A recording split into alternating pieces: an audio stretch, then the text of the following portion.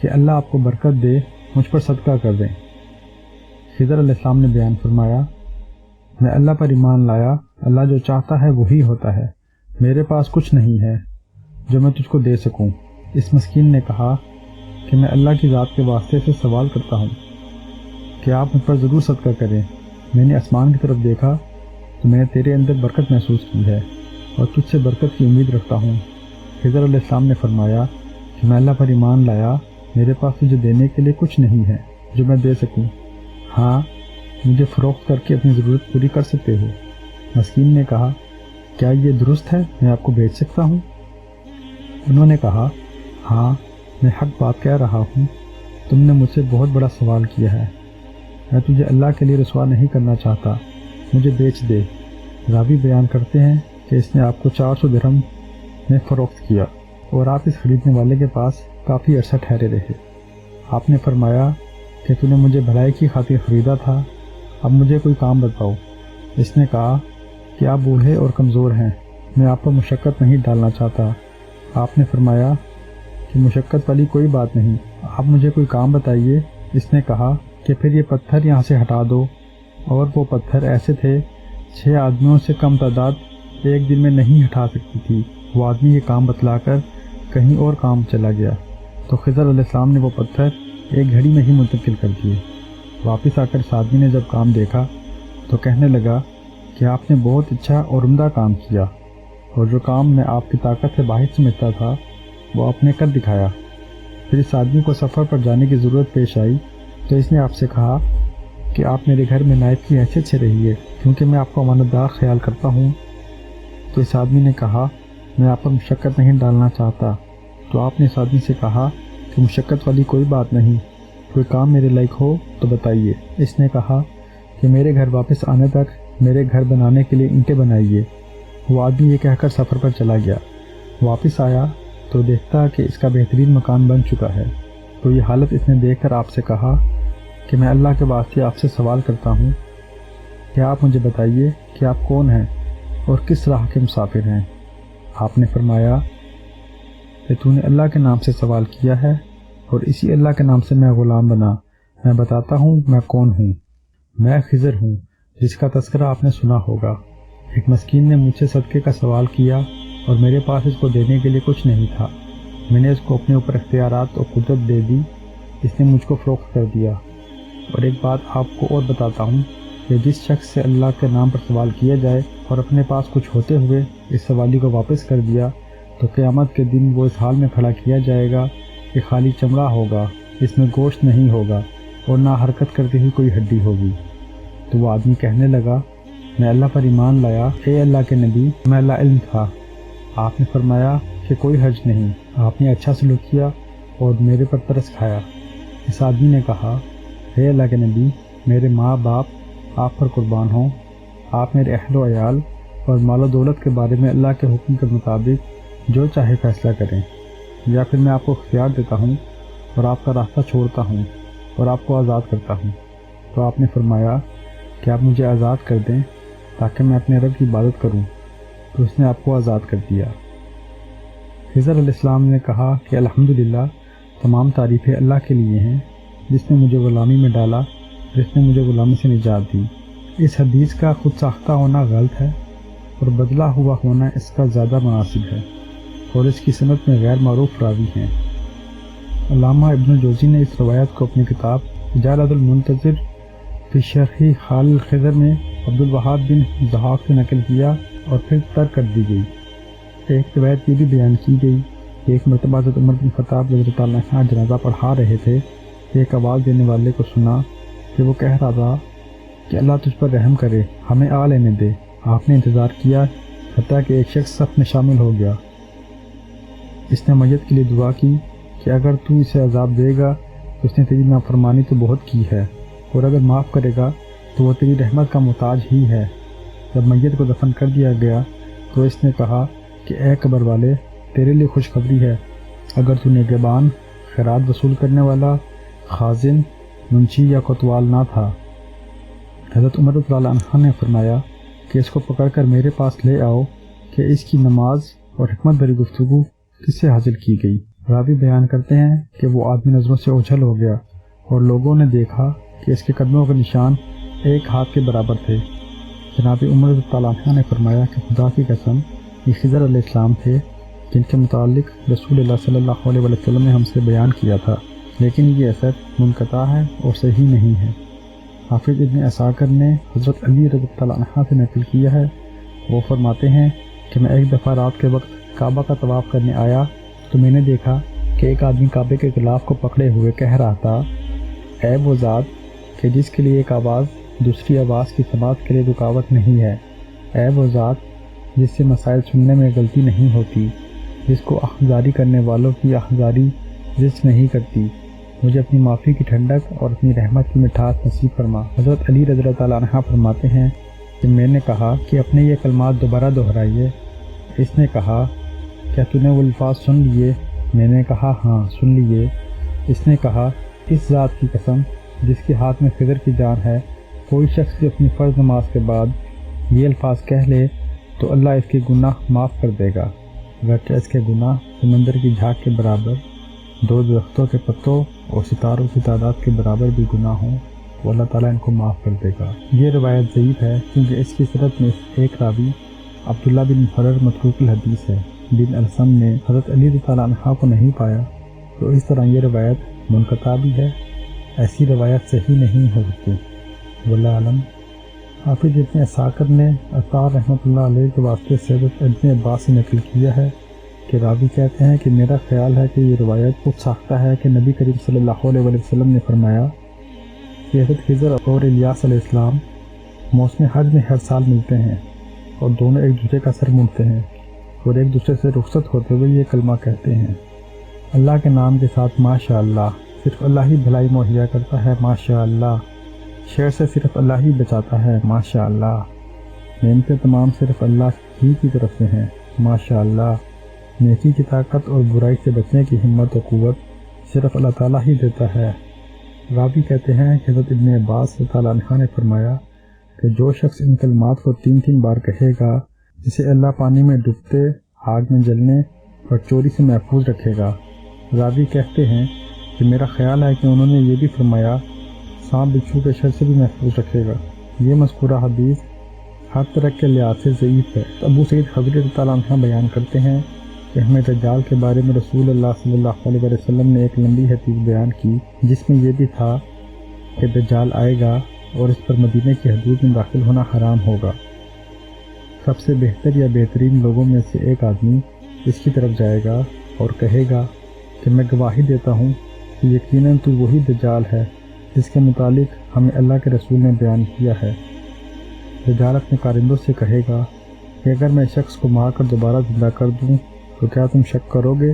وہ کہیں گے نہیں، تو دجال اس آدمی کو قتل کر کے دوبارہ زندہ کرے گا۔ وہ آدمی زندہ ہو کر کہے گا جتنا یقین مجھے اب ہوا ہے پہلے اتنا نہیں تھا، اب تو مجھے مار کر دکھا۔ راوی کہتے ہیں کہ دجال اس کو دوبارہ قتل کرنے کا ارادہ کرے گا مگر اب اس کو قدرت حاصل نہ ہوگی۔ محمد کہتے ہیں کہ مجھے خبر پہنچی کہ اس کے گلے میں پیتل کی ایک کتاب لٹک رہی ہوگی اور مجھے یہ بھی اطلاع ملی ہے کہ وہ خضر علیہ السلام ہی ہوں گے جن کو دجال قتل کر کے زندہ کرے گا۔ یہ لمبی حدیث بخاری و مسلم میں زہری کے واسطے سے موجود ہے۔ حضرت امام مسلم سے روایت کرنے والے ابو اسحاق محمد بن ابراہیم فرماتے ہیں کہ صحیح بات یہی ہے کہ یہ آدمی خضر علیہ السلام ہی ہوں گے، البتہ عمر وغیرہ کا بالغ کہنا حجت نہیں ہے، یعنی مجھے خبر پہنچی ہے کہہ کر عمر نے جو الفاظ بیان کیے ہیں وہ قابل اعتماد نہیں ہیں۔ ہاں بعض احادیث میں جو آیا ہے کہ وہ ایک بھری ہوئی جوانی والے نوجوان کو قتل کرے گا، اور اس کا کہنا کہ ہمیں رسول اللہ صلی اللہ علیہ وسلم نے بیان ان سے آپ کی براہ راست ملاقات ہوئی ہے، بلکہ تواتر کے ساتھ ان تک آپ کی خبریں پہنچانا مذکورہ انداز سے بیان کرنے کے لیے کافی ہے۔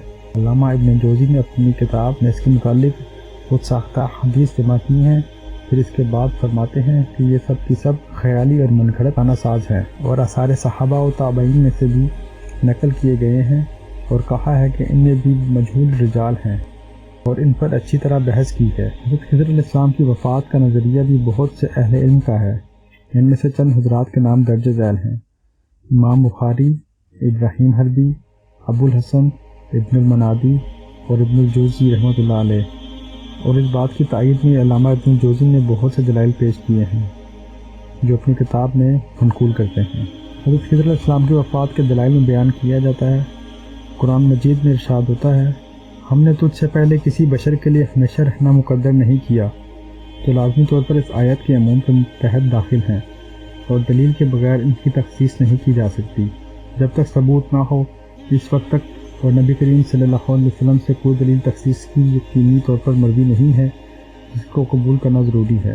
سورہ آل عمران میں اللہ تعالیٰ فرماتا ہے، اور جب خدا نے پیغمبروں سے وعدہ لیا کہ جب میں تم کو کتاب اور دانائی عطا کروں پھر تمہارے پاس کوئی پیغمبر آئے جو تمہاری کتاب کی تصدیق کرے تو تمہیں ضرور اس پر ایمان لانا ہوگا اور ضرور اس کی مدد کرنی ہوگی۔ اور عہد لانے کے بعد پوچھا کہ بھلا تم نے اقرار کیا اور اس اقرار پر میرا ذمہ لیا، یعنی مجھے ضامن ٹھہرایا؟ انہوں نے کہا ہاں ہم نے اقرار کیا ہے۔ خدا نے اقرار فرمایا کہ تم اس عہد پیمان کے گواہ رہو اور میں بھی تمہارے ساتھ گواہ ہوں، تو جو اس کے بعد پھر جائیں وہ نافرمان ہوں گے۔ حضرت ابن عباس فرماتے ہیں کہ اللہ تعالیٰ نے ہر نبی سے وعدہ لیا تھا کہ اگر اس کی زندگی میں حضرت محمد صلی اللہ علیہ وسلم آئے تو ان پر ایمان لائے گا اور ان کی مدد کرے گا، اور اللہ نے حکم دیا تھا کہ ہر نبی اپنی اپنی امت سے بھی یہ وعدہ لیں گے۔ امام بخاری رحمۃ اللہ علیہ نے یہ بات حضرت ابن عباس رضی اللہ عنہ سے ذکر کی ہے کہ اگر خضر علیہ السلام نبی یا ولی جو بھی ہے تو وہ بھی اس وعدے میں شامل ہیں۔ اگر وہ ہمارے نبی صلی اللہ علیہ وسلم کے زمانے تک زندہ ہوتے تو ان کے لیے بہت بڑا شرف تھا کہ وہ آپ صلی اللہ علیہ وسلم کی خدمت میں حاضر ہوتے، آپ پر ایمان لانے اور دشمنوں سے حفاظت کے لیے آپ کی مدد کرتے۔ حضرت جابر بن عبداللہ سے مروی ہے کہ جناب رسول اللہ صلی اللہ علیہ وسلم نے فرمایا کہ اگر موسیٰ علیہ السلام زندہ ہوتے تو ان کے لیے میری پیروی کے بغیر چارہ نہ ہوتا۔ یہ حدیث مذکورہ مقصد کے لیے بہت بڑی دلیل ہے اور اس سے علم یقینی حاصل ہوتا ہے، اور آیت کریمہ بھی اس پر دلالت کرتی ہے۔ اگر فرض کر لیا جائے کہ انبیاء سب کے سب زندہ ہیں تو وہ تمام کے تمام آپ کے مطابق ہوتے اور آپ کے حکم کے مطابق زندگی بسر کرتے اور آپ کی شریعت مطہرہ کی پیروی کرتے۔ معراج والا واقعہ بھی اس پر دلالت کرتا ہے کہ اسراء کی رات آپ کو تمام انبیاء سے اوپر اٹھایا گیا، اور وہ جب آپ کے ساتھ بیت المقدس میں آئے اور نماز کا وقت ہو گیا، انبیاء کی امامت کرانے کا حکم دیا تو آپ نے ان کی امامت فرمائی۔ اس سے معلوم ہوا کہ آپ صلی اللہ علیہ وسلم امام اعظم، خاتم النبیین، رسول مکرم اور سب پر مقدم ہیں۔ اور جب یہ معلوم ہو گیا اور یہ بات مومن کو معلوم ہے تو اس سے یہی معلوم ہوا کہ اگر خضر علیہ السلام زندہ ہوتے تو آپ کی امت میں شامل ہوتے اور آپ کی شریعت پر چلتے، اس کے سوا ان کو کوئی چارہ نہ تھا۔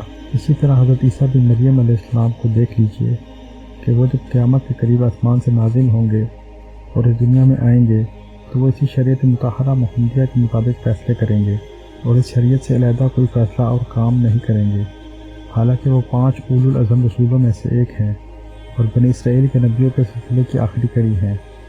اور یہ بات بھی ظاہر ہے کہ حضرت خضر علیہ السلام کے متعلق کوئی واضح حدیث، حسن صحیح اور قابل اعتماد حدیث مروی نہیں ہے کہ وہ کبھی آپ سے ملاقات کے لیے آئے ہوں، وہ ایک ہی دن ہو، اور نہ ہی کسی روایت میں آیا ہے کہ وہ آپ کے ساتھ کسی جہاد و قتال میں شریک ہوئے ہوں۔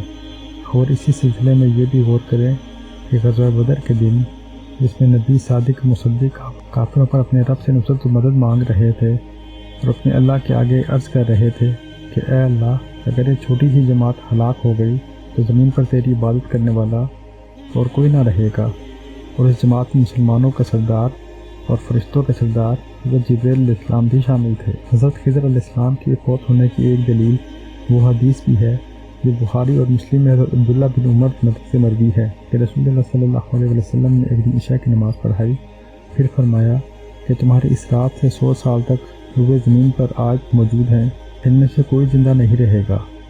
اور ایک روایت میں یہ الفاظ ہیں کہ کوئی چپکنے والی آنکھ باقی نہ رہے گی۔ حضرت ابن عمر فرماتے ہیں کہ رسول اللہ صلی اللہ علیہ وسلم کی اس بات سے لوگوں کو مغالطہ لگ گیا کہ قیامت قائم ہو جائے گی، لیکن اس سے آپ کا مقصد یہ تھا کہ آپ کے اس دور کے لوگ سب فوت ہو جائیں گے۔ حضرت عبداللہ بن عمر رضی اللہ عنہ نے کہا کہ رسول اللہ صلی اللہ علیہ وسلم نے اپنی زندگی کے آخری دور میں ایک رات عشاء کی نماز پڑھائی، پھر کھڑے ہو کر فرمایا تمہارا اس رات کے متعلق کیا خیال ہے، اور فرمایا کہ تم میں سے جتنے لوگ آج زمین پر باقی ہیں ان میں سے ایک بھی 100 سال بعد زندہ نہیں رہے گا۔ حضرت جابر بن عبداللہ فرماتے ہیں کہ رسول اللہ صلی اللہ علیہ وسلم نے اپنی وفات سے 1 ماہ پہلے فرمایا کہ لوگ مجھ سے قیامت کے بارے میں پوچھتے ہیں اور اس کا علم جو صرف اللہ تعالیٰ کے پاس ہے۔ اللہ کی قسم، آج کوئی سانس لینے والی جان زمین پر موجود نہیں ہے کہ اس پر 100 سال پورے ہو سکیں۔ اسی طرح روایت کی ہے، مسلم نے ابی نضرہ اور ابو زبیر کے واسطے سے حضرت جابر بن عبداللہ سے، اور یہ حدیث مسلم کی شرط پر ہے۔ حضرت علامہ بن الجوزی فرماتے ہیں کہ یہ حدیث حضرت خضر علیہ السلام کے نظریہ حیات کی جڑ کاٹ دیتی ہے۔ علماء کرام فرماتے ہیں کہ حضرت خضر علیہ السلام حضور صلی اللہ علیہ وسلم کی آمد سے پہلے فوت ہو چکے ہیں، جیسے کہ غالب گمان ہے، بلکہ قریب یقینی اور قطعی ہے، پھر کوئی شک نہیں ہے، یعنی کہ اگر حضرت خضر علیہ السلام حضور پاک صلی اللہ علیہ وسلم کے دور میں زندہ بھی تھے تو اس حدیث کی روح سے وہ 100 سال کے اندر فوت ہو چکے ہیں، اور اس کو رد کرنے کی کوئی دلیل موجود نہیں۔ عام طور پر یہ بھی کہا جاتا ہے کہ خضر علیہ السلام زندگی میں ایک دفعہ ہر مسلمان سے ملتے ہیں، اور ان کو پہچاننے کا طریقہ ہے کہ دونوں ہاتھوں سے مصافحہ کیا جائے اور دائیں ہاتھ کے انگوٹھے کی ہڈی کو دبایا جائے۔ اگر انگوٹھے کی ہڈی نرم ہو یا نہ ہو تو وہ ہاتھ نہیں چھوڑنا چاہیے، کیونکہ وہ خضر علیہ السلام ہی ہو سکتے ہیں۔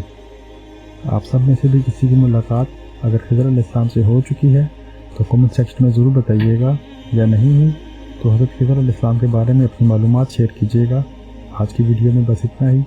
اللہ تعالیٰ سے دعا ہے کہ اگر معلومات کوئی غلطی کوتاہی ہو گئی ہو تو ہمیں معاف فرما دے اور ہمارے علم میں اضافہ فرما دے۔ ہمارے ساتھ رہیے گا۔